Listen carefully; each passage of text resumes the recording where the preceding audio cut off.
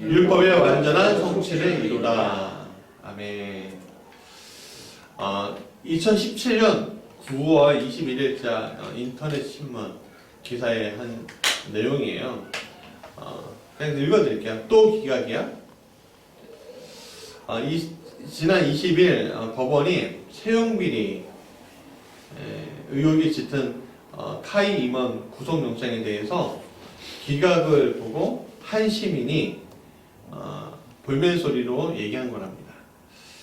최근 법원이 중요 비리 사건에 대한 검찰 영장 청구를 대부분 기각하면서 국민 법 감정과 법원의 판단에 괴리가 있다는 지적이 나오고 있다.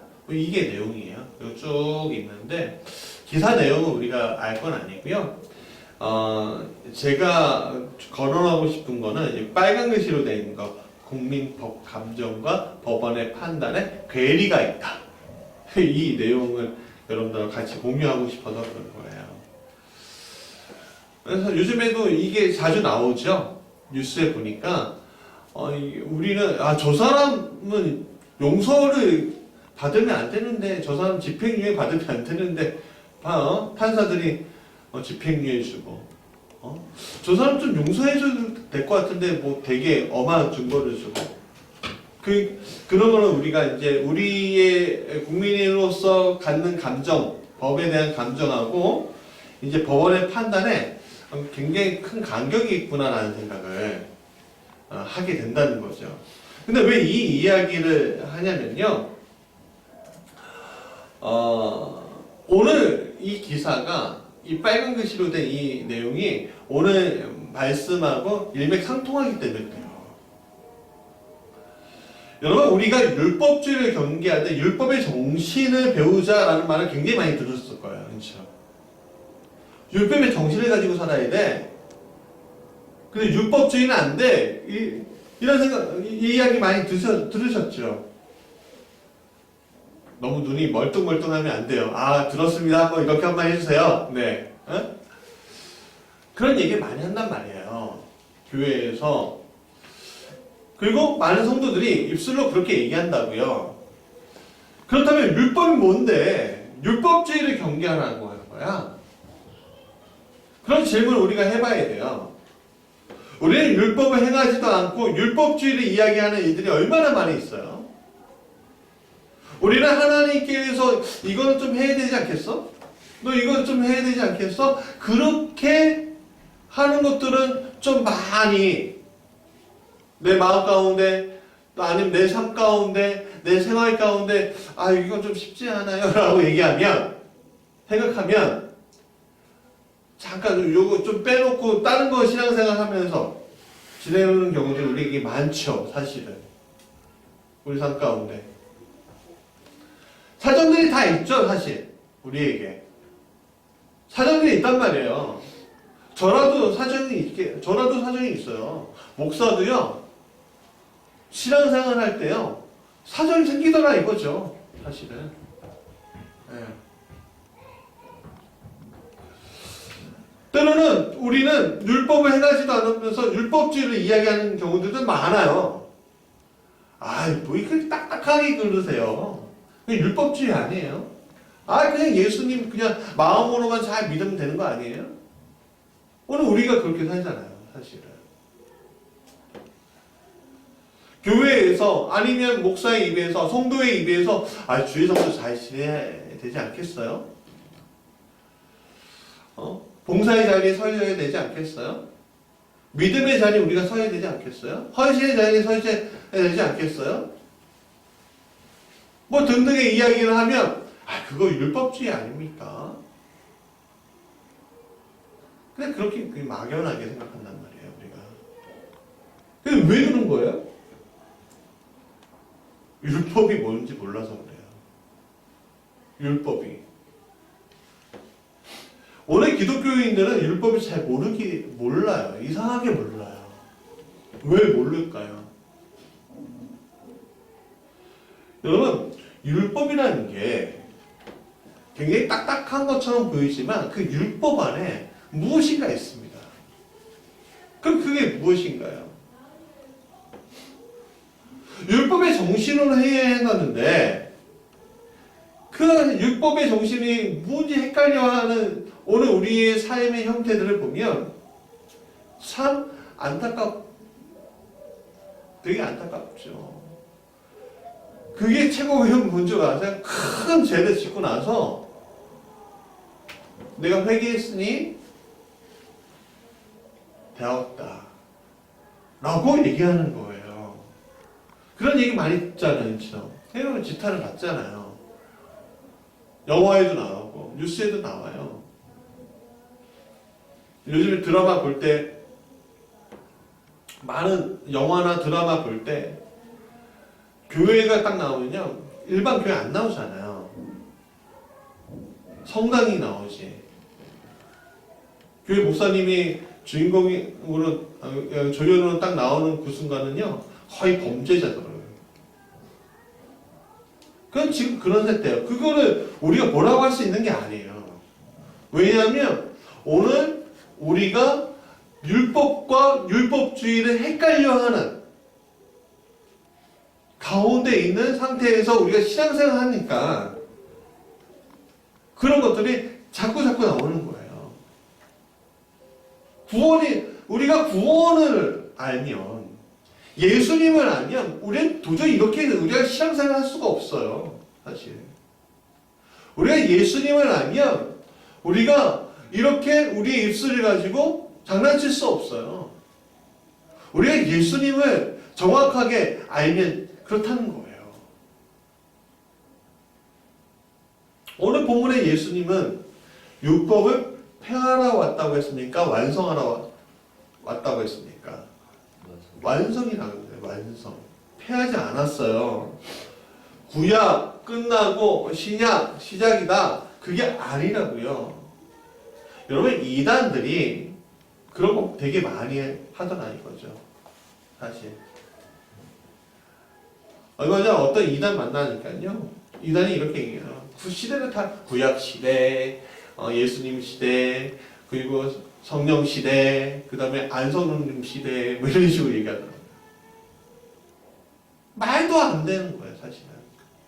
특히 개신교, 개혁주의라는 그 바탕을 가지고 있는 우리의 신앙 안에서는요, 그건 말도 안 되는 거예요. 그 말도 안 되는데 우리가 그렇게 신앙생활하는 거예요. 우리가 로마 카톨릭 교인처럼 신앙생활하는 경우도 굉장히 많아요. 바탕이 뭐가 안 돼 있어요? 율법이 뭔지 모르는 거예요. 완전한 율법이 뭔지. 율법이 완전하는 게 뭐야? 이거 다 이야기하려면 책 한 권 써도 모자르겠죠. 사실은. 그런 책들 많으니까. 우리가 간단하게 짚어가죠. 우리 성경 공부나 이런 걸 통해서 좀 많이 배웠으면 좋겠는데, 자, 첫 번째 읽어보세요. 시작. 율법은 무엇인가? 율법은 무엇인가? 우리가 율법이라고 하면 어떻게 생각하죠? 모세 5경 생각한다고요. 창세기, 출애굽기, 레위기, 민수기, 신명기. 이 5개의 책을 얘기해요. 그런데 당시 예수님 말씀하셨던 율법은 구약 성경 전체를 이야기하는 거였어요. 무슨 말이냐? 율법과 선지자들의 예언서를 포함한 것들. 그러니까 율법과 선지서. 특히 그것을 다 한꺼번에 해서 율법이라고 했고, 율법은 구약 성경 전체를 얘기하는 거예요. 다시 얘기하면. 그러니까 예수님이 말씀하신 건 뭐냐면 구약 성경에서 나오는 하나님의 모든 말씀을 율법이라고 하셨구나 라고 알면 되는 거예요. 그리고 구약 안에 있는 역사서는 그 율법이 잘 실행됐을 때는 무슨 왕이라고 하죠? 왕조에서 선한 왕이라고 하고, 그 율법이 잘 실행되지 않으면 악한 왕이라고 했고, 선한 왕은 하나님 복 주시는 걸 보게 하시고, 악한 왕은 하나님이 저주하시는 것을 보게 했단 말이에요. 그래서 그리심산과 에발산에서 신명기에 보면 가나안 땅에 들어가기 전에 그리심산에서는 뭐래요? 축복, 축복, 축복을 외치고 에발산에서는 저주, 저주, 저주 외쳤다고요. 그러니까 너희들의 하나님인 나 여호와를 잘 믿으면 너희들에게 복이 임할 것이다. 그렇지 않으면 저주가 임할 것이다. 분명히 선포하고 들어가게끔 하셨다고요. 오늘 우리도 마찬가지예요. 오늘 우리도 마찬가지라고요. 우리가 그리스도의 보혈의 피 안에 들어갈 때, 내가 그리스도인이 되었다고 얘기할 때, 그리스도산과 엘발산이 내 앞에서 부른단 말이에요. 너가 그리스도의 보혈의 피로 예수님 안에서 살아가게 되면 너는 복과 복과 복과 복을 받는다. 그러나 그것을 떠나면 너는 사단의 하수인이 될 수밖에 없다. 저주와 저주와 저주다 라고 얘기하는 거예요. 오늘 우리의 삶이 복의 자리에 있어야 될지 저주의 자리에 있어야 되겠습니까? 그게 율법이에요. 율법이란 말이에요. 근데 율법의 본질은 뭘까요? 결국에는 사랑이에요. 사랑. 하나님이 우리에게 얘기해 주는 게 뭘까요? 사랑이란 말이에요. 우리가 아이들을 키울 때 잘못된 거, 위험한 거 있으면 어떻게 합니까? 예전에 우리 작은 아이가 칼을 이렇게 만지는 거예요. 딱 보니까 되게 날카로운 칼을 이렇게 잡는 거. 안 돼! 손을 딱 쳤어요. 그 칼이 떨어지더라고요. 그러니까 얘가 칼을 잡고 싶은데 손을 치고서 떨어뜨리니까는 잡고 싶다고 다 가는 거예요. 안 된다고. 그러니까 애가 어떻게 해요? 막 울죠. 근데 지워줘야 돼요? 말아야 돼요? 말아야 되는 거죠. 말아야 되는 거죠. 왜? 내가 얘를 사랑하지 않으면 하던 말던이에요. 사실. 부모도요. 자녀 사랑하는 부모가 있고요. 사랑하지 않는 부모가 있더라 이거예요. 사랑한다면 그렇게 하는 거예요. 사랑하지 않으면 알아서 해. 네가 다치게. 그럼 됐지 뭐. 그렇게 하지 않아요? 그러니까 율법이라는 것은, 규칙이라는 것은, 하나님의 말씀이라는 것은 사랑의 바탕이 되겠어요. 왜? 또 하나님 사랑이시잖아요. 그래서 율법은 인간을 구원하기 위한 길을 알려주는 거예요. 그래서 사랑의 마음으로. 그러나 당시 우리가 이게 역사적인 배경이 또 끌고 들어올 수밖에 없는 게 그 당시 유대민족이, 예수님 당시의 유대민족의 상황이 어땠죠? 위에서 공격하고 아래에서 공격하잖아요. 아수르가 공격하고 바벨론이 공격하고 아람이 공격하고 밑에서는 이 애굽이 공격하고 그거 끝나니까 어디서 공격해요? 또 알렉산더 그런 헬라 세력이 공격하고 바다 건너서 그런 다음 그거 끝나니까 로마가 공격하고 그리고 공격하고 어떻게 해요? 디아스포라 흩어진단 말이에요. 흩어진다고요. 당시 정치와 사회, 문화 안에서 종교적인 색채가 굉장히 이스라엘은 강했는데 이 강대국 틈바구니에서 끼어서 자신만의 정체성을 지키기 위해서 이 율법이 사용되어져요. 그들은 율법의 말씀들을 교육하고 교육받은 대로 삶에 적용했다고요. 그래서 그것을 이스라엘 민족이 자신들의 정체성을 지키는 도구로 이 율법을 사용했어요. 그러니까 율법이란 이스라엘이라는 이 민족한테는 그 민족의 정체성을 지키기 위한 특별한 수단일 수도 있었어요. 여러분 그 말모이라는 영화 보셨어요? 조선 어학회 사건 얘기하는 건데요. 일제가 우리 민족의 정체성을 말살하기 위해서 우리에게 빼앗은 것들이 있었습니다. 첫 번째 뭔지 아십니까? 글이었어요. 두 번째는 언어였고요. 세 번째는 옷이었어요. 여러분 요즘도 공사장이나 이런 데 가면은 쫄쫄이 바지 같은 거 있잖아요. 네?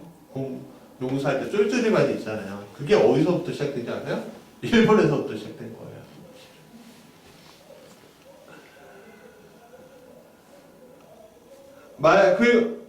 또 이름도 그랬죠. 그러니까 말과 글과 이름은 또 문화는 일본식으로 바꿔야지만 이 조선이라는 땅이 자기네들 땅이 되고 그 민족도 우리의 영원한 노예가 될 것이다 라고 일제가 생각했단 말이에요. 그리고 행했다고요. 근데 우리 민족의 지도자들 특히 교회를 중심으로 해서 그것을 지키기 위해서 무단히도 노력을 했다고요. 그리고 그것이 맞았죠.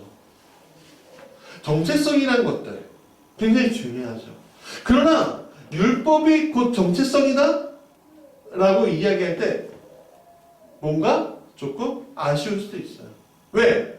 한 민족을 구성한 그 정체성이 율법, 니꼬르가 되면 안 돼요, 사실은. 율법이란 보편적인 가치예요. 율법이란 하나님이 우리에게 주신 사랑의 보편적인 가치예요.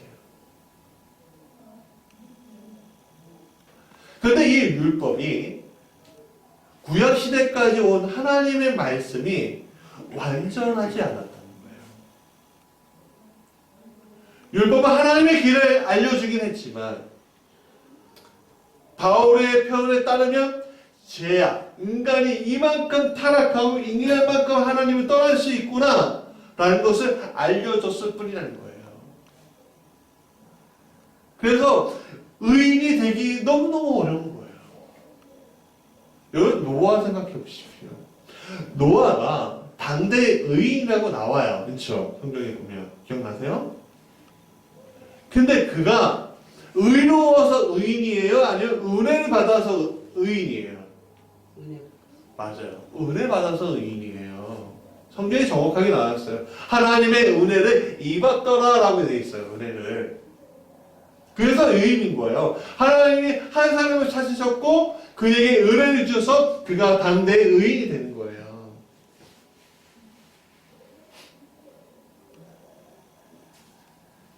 선지자들 예언들은 율법이 완전해지는 것이 메시아가 이 땅에 오실 때가 가능하다는 것을 알려주는 묵시의 이야기였어요. 메시아가 와야지만 완전해지는 거예요. 근데 생각해보세요. 메시아가 왔어요, 안 왔어요? 메시아가 왔어요, 안 왔어요? 여러분 정확하게 맞죠? 그 메시아가 누굽니까? 예수 그리스도예요. 여러분 구약의 율법 안에서는 한계가 굉장히 자명했어요. 그 굉장히 큰 예시가 굉장히 많은 예시가 있는데 그 예시가 강도 만난 사람의 이야기예요. 강도 만난 사람이 길에 쓰러져 있었는데 맨 처음에 제사장이 갔어요. 근데 도와줬어요, 안 도와줬어요? 안 도와줬어요. 레인이 그 다음에 지나갔어요. 도와줬어요, 안 도와줬어요? 안 도와줬어요. 왜 안 도와줬을까? 그 사람들에게 국률한 마음이 없어서? 아니요. 왜 국률한 마음이 없겠어요? 하나님이. 근데 그들에게는 율법의 안에 들어가고 행해야 하는 일들이 있었어요. 무슨 말이냐? 제사장과 레위 사람에게는요, 부정한 것을 만지거나, 부정한 그러니까 죽은 사람을 만지거나, 그리고 피가 막 흘린 사람을 만지거나 하는 것들, 피 흘린 사람을 만지는 그런 것들이 부정하다고 생각했고, 그것을 그렇게 하면은 제사에 참석하지 못한다고 생각했단 말이에요. 그렇게 기록되어져 있으니까. 근데 보세요. 제사장이 지나갔고 레인이 지나갔을 때 그 주변에 누가 있었어요? 없었어요?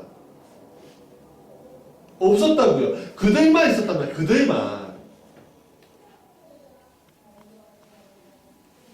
그들 아니면 이 사람 죽는 거였단 말이에요.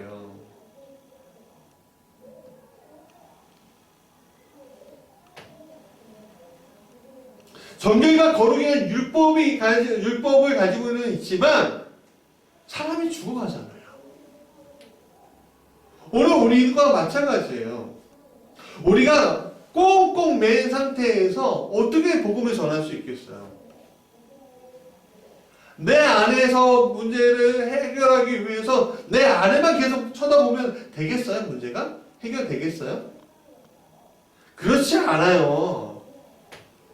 여러분의 생명을 살리는 것도, 여러분의 가족의 생명을 살리는 것도, 여러분의 주변에 있는 사람의 생명을 살리는 것도 어디 안에 있어요? 하나님 안에 있고 하나님께 예배하는 거야 안에 있어요.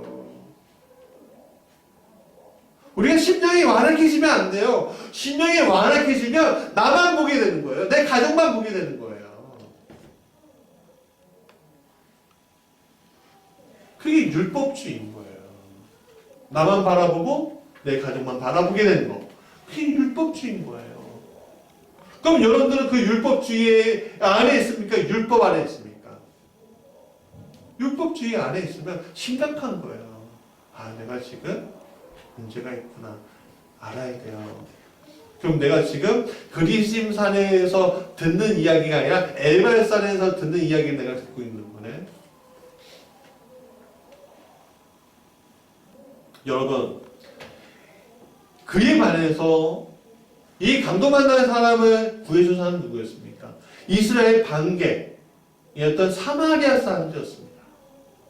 혼합주의 종교라고 욕했던 그 사람이었단 말이에요. 그는 율법에 굉장히 자유로운 사람이었어요. 그러니까 이 강도만나는 사람을 오히려 구해주는 이 사람의 이웃이 되는 거예요.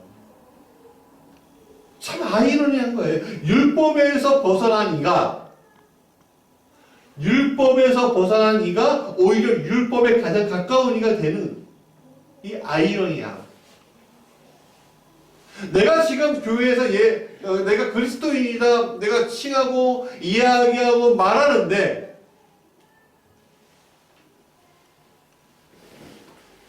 그리스도인이 아닌 것처럼 이 세상 가운데 살아가는 건 아닌가요?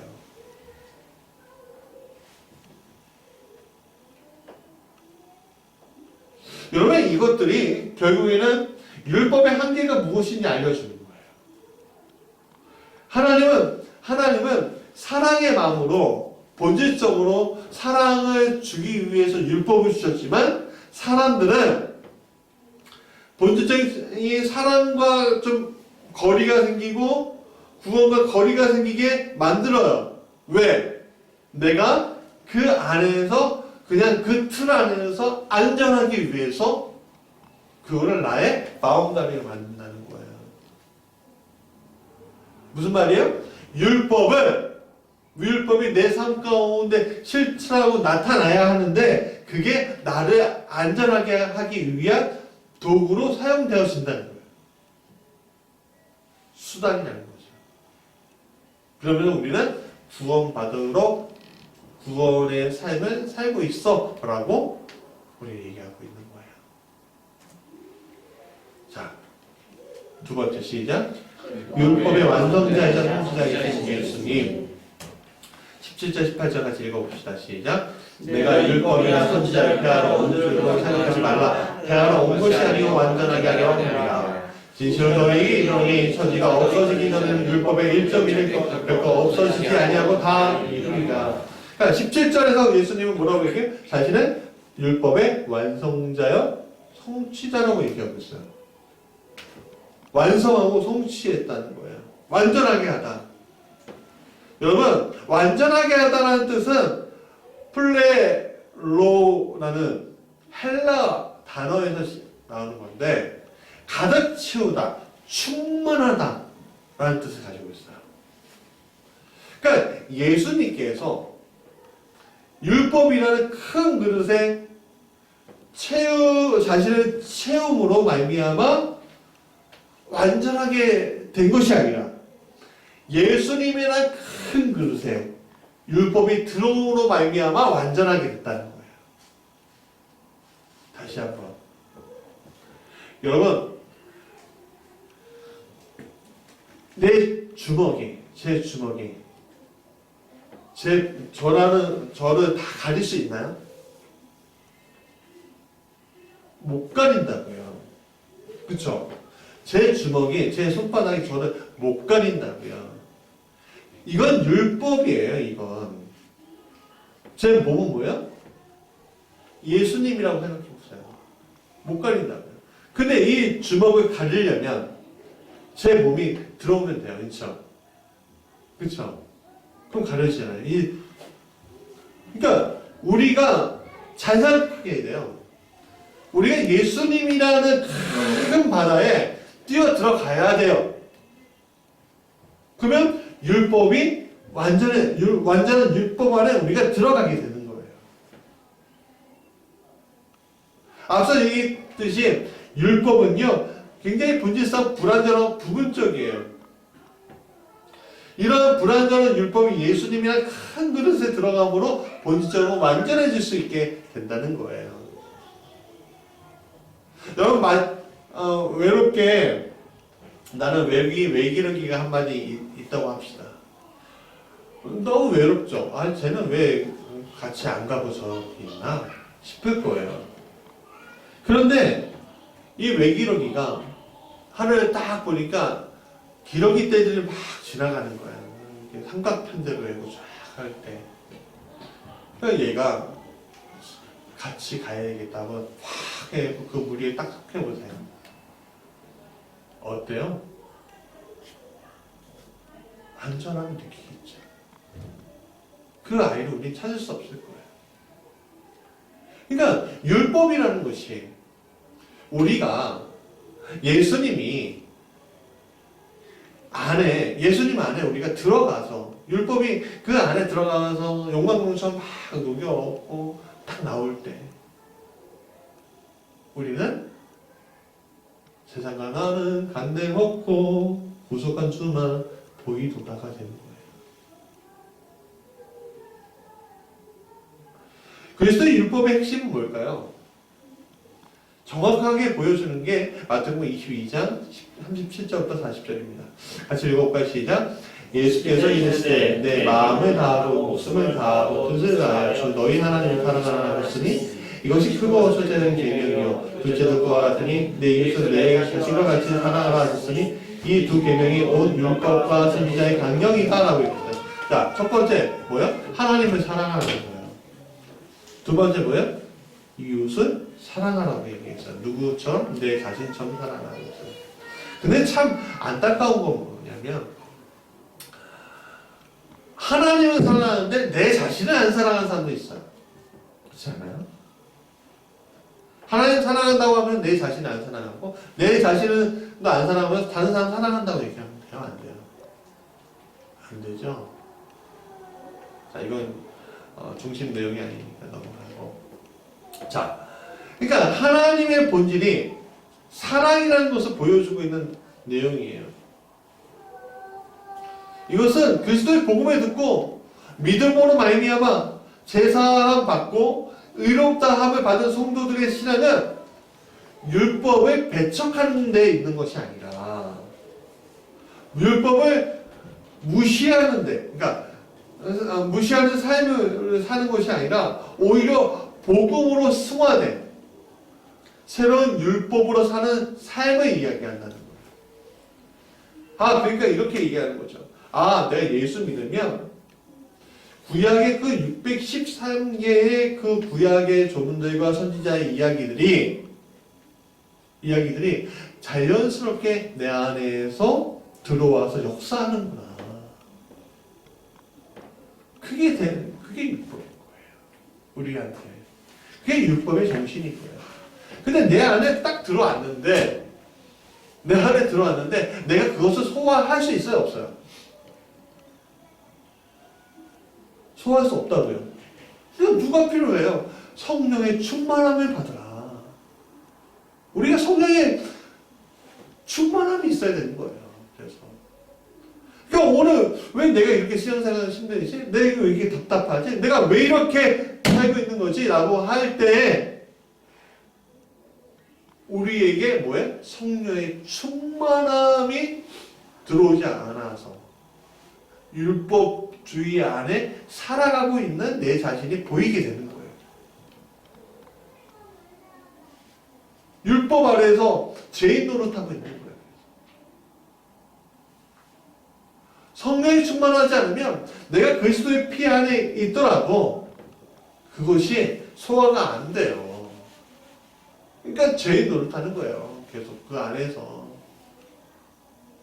여러분들하고 철로역서 공부하기 원하는데 나중에 앞으로 철로역서에 제가 교육을 한 2번 해본 적이 있는데 참 은혜로워요.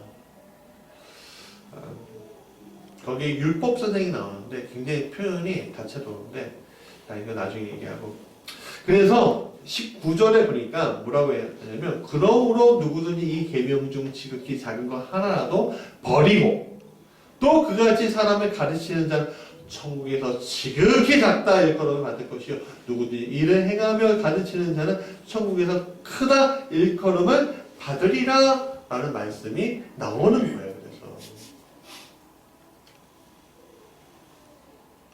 여러분, 우리의 DNA는요, 수천 년 동안 샤머니즘과 2000년 동안 불교의 영향력과 500년 동안 유교의 영향력이 스며들어와 있어요, 이미. 그렇기 때문에 우리와 같은 이방인들이 구약의 율법의 형식 안에 들어간다는 것은 사실상 불가능해요.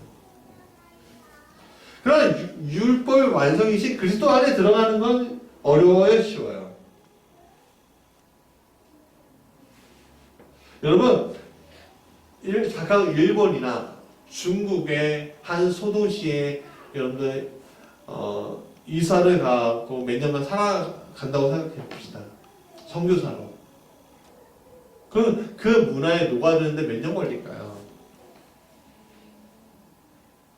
어떤 사람은 평생 녹아들지 못하는 사람이 굉장히 많습니다. 그러나 우리가 그리스도 안에 들어간다면 그 그리스도 때문에 이 모든 것들이 자유로워지는 거예요. 율법이라는 것들이 그리스도의 눈으로 인해서 눈으로 봄으로 말미암아 그것들이 내 안에서 그냥 체화가 되는 거예요. 왜? 내가 말하는 것은 죄를 얘기하기 있어요? 사랑을 얘기하기 있어요? 사랑을 찾아간다고요. 내 몸이 그리스도가 내 안에 체화가 되면 내가 범죄하는 쪽으로 내 몸이 움직이겠습니까? 아니면 사랑하고 도와주고 선한 일 하는 쪽으로 움직이겠습니까? 후자죠. 그리스도가 내 안에서 역사하시면 내 심령이 하나님께 예배하는 쪽으로 가겠습니까? 아니면 하나님께 예배하지 않는 쪽으로 가겠습니까? 내 안에 내 영혼이 오늘 내가 가진 문제 앞에서 내 영혼이 그리스도가 들어오면, 그 성령이 들어오면 내가 그 심령을, 그 문제를 염려하는 쪽으로 하겠습니까? 아니면 걱정하지 않고 하나님께 맡기는 쪽으로 하겠습니까? 맞아요. 맡기는 쪽으로 가죠. 그러니까 체화가 되고 되는 거예요, 그게, 우리가. 성령의 충만함을 받아라. 받아갖고 어떻게 해요? 그거 하나님이 좋아하시는 방향으로 내 삶의 일치가 되는 그 놀라운 역사가 우리 안에 일어나는 거예요. 그게 뭐예요? 소금이잖아요, 그게. 그게 소금이에요. 그러면 소금이 녹고 녹아서 뭐가 됐어요? 바다가 됐잖아요. 바다가 됐단 말이에요. 소금이 녹아서 바다가 된 거잖아요. 그래서 바다가 썩어요, 안 썩어요? 안 썩잖아요. 그래서 다니엘 기도에 19일 강사로 현승원 GCO 대표가 나왔어요. 제가 인터넷 좀 찾아보고 산이 교육 때문에 저기 서울동에 있더라고요. 학원 가고 뭐 이렇게 좀 알아봤는데 굉장히 대단하더군요. 3J 이렇게 하는데 3J가 뭐냐면 이제 J가 3개인데 하나는 이 현승원 대표가 존이래 존. 예, 거기에 J고 지저스의 J고 청소년의 J래요. 그게 3J예요. 3J 에듀 이렇게 있는데 그의 간증 속에서 제가 보면서 참 우리 가정도 참 본받고 싶다. 그쪽 가고 있는데라고 하는데 아버지가 교회에서 상처받고 나서 그 다음에 성교 훈련을 받았대잖아요. 받고 나서 그분이 어떻게 했냐면 이제부터 선교사를 도와줘야 되겠다라는 마음 가지고 1년에 한 가정, 두 가정 이렇게 도와주려니까 자기가 어떻게 이걸 감당하지 할 만큼 계속 수가 불어나는 선교사를 불어나게 되었다라고 얘기 들으셨잖아요. 그렇죠? 근데 그러면서 이 현승원이라는 아이하고 동생이 자라면서 어떻게 해요? 자연스럽게 우리가 알바를 하고 해서 그 일부는 선교사님을 도와야 되겠다 라고 생각하고 돕기 시작하는데요. 그것들이 쌓여서 어떻게 하나님께서 복 주셔서 큰 기업을 만들게 하시고 10의 2조를 하나님께 드리게 하시고 그 속에서 복음을 전하게 하시는 놀라운 복의 역사가 계속 이어지고 있다고 그 입술 가운데 고백을 하더라고요.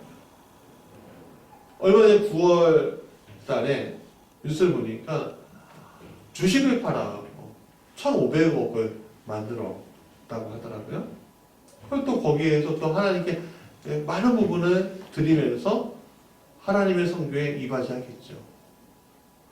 참 멋지다고 생각했어요. 근데 그가 선교하게 된 이유가 뭐예요? 그렇게 하나님께 크게 쓰임 받게 된 이유가 뭐예요? 아버지가 하나님을 제대로 믿게 되고 선교사님들을 도우면서 자기 것을 베이는 그 순간에 그가 복을 받은 거예요. 우리는 항상 생각하는 게 복을 주시면 하겠습니다인데 아니에요. 때를 얻던지 못 얻던지 하는 거예요.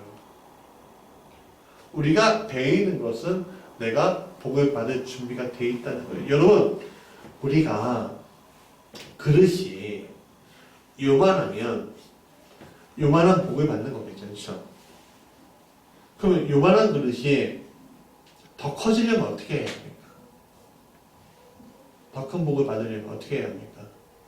준비를 해야지. 그 컵을 깨트려야 되는 거예요. 다시 빚으면 되는 거예요.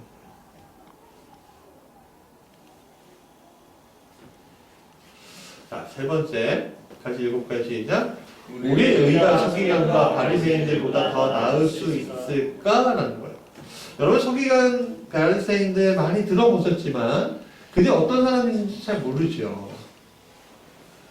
여러분 굉장히 일찍부터 철저하게 교육받은 사람들이에요. 예컨대 이제 서기관들은요 5살 때부터 율법 교육을 받기 시작해서요 13살이 되면 고등교육을 받게 된대요.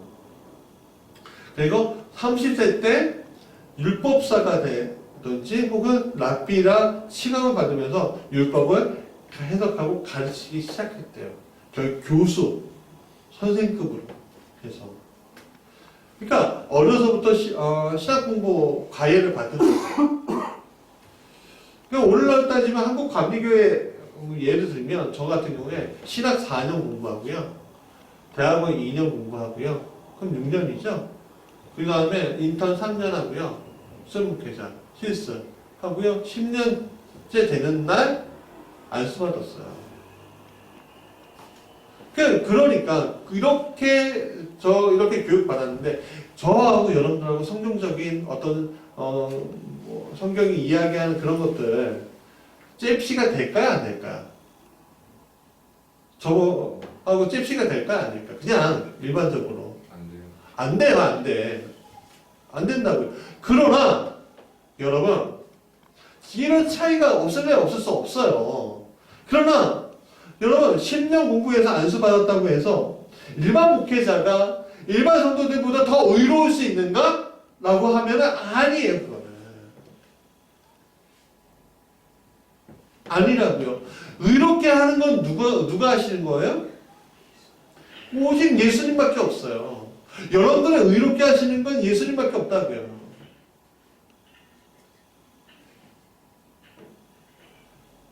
여러분, 오늘 우리가 천국의 시민으로 인칭은 받았지만 시민처럼 살아가지 않는 경우들이 굉장히 많아요.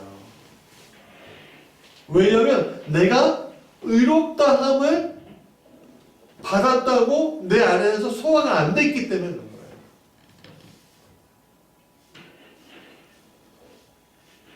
그리스도를 믿는 신앙이 외적인 형태로 경건한 모습으로 믿는 것이 아니에요. 예수 그리스도 안에서 칭의, 즉 의롭다함을 받을 때 우리가 비로소 경건할 수 있는 거예요. 율법이요. 재밌는 얘기 하나 해줄게요. 율법이 성경에서 하나님께서 주시는 레위기에 보면 영원한 규례라고 있어요. 영원한 규례. 그래서 이 영원한 규례를 지키기 위해서 안식교, 여기 하나님의 교회, 이런 이단들 있잖아요. 신천지.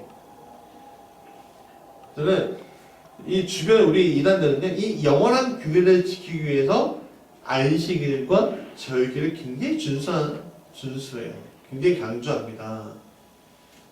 그래서 우리가 안식일이 언제예요? 금토예요, 금토. 금요일 저녁부터 토요일 날 날까지. 그러면서 막 공격하잖아요. 오늘날 한국 교회들은 다 타락하고 썩었다. 구약의 말씀이 이런데 어쩌저쩌 하면서 얘기하잖아요. 그는 예수님을 안 믿는 거예요. 구원자의 율법의 완성이신. 여러분, 우리가 레위기의 음식법 따라갑니까? 유대인의 식사는요 코셔라고 해요. 음식물 관리법이. 안식교에서는요 육식을 금지하고요. 이슬람에서는 할랄이라고 하잖아요. 그렇죠? 천주교에서는 사순절, 사육제. 이런 절기법, 이런 절기에서는 이렇게 행해야 한다 그런 거 시킵니까? 제대로? 그냥 기뻐만 하잖아요. 우리 기뻐만 하잖아요. 부활절에 예수님 부활을 기쁘다. 금식 한번 하고 뭐 이런 거 좀 하지만 그렇다고 해서 막 때리고 뭐 이렇게 하지 않잖아요. 성탄节기쁘다 그래요. 기쁘다 그걸로 끝나 우리는. 왜 그걸로 끝날까요? 다 규례가 있어요. 어떻게 가고 어떻게 해야 되고 어떻게 기도해야 되고 다 있는데 왜 우리는 그걸로 끝날까요? 여러분, 그런 행동이 없기 때문에 우리가 영원한 말씀을 지키지 않는다고 단언할 수 있을까요? 아니잖아요. 그렇죠? 우리는 하나님의 말씀을 지켜요. 왜?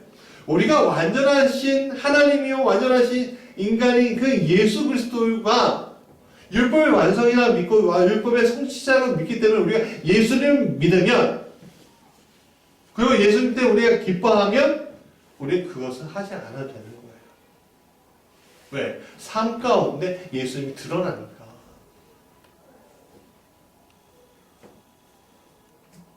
자, 말씀의 결론이에요.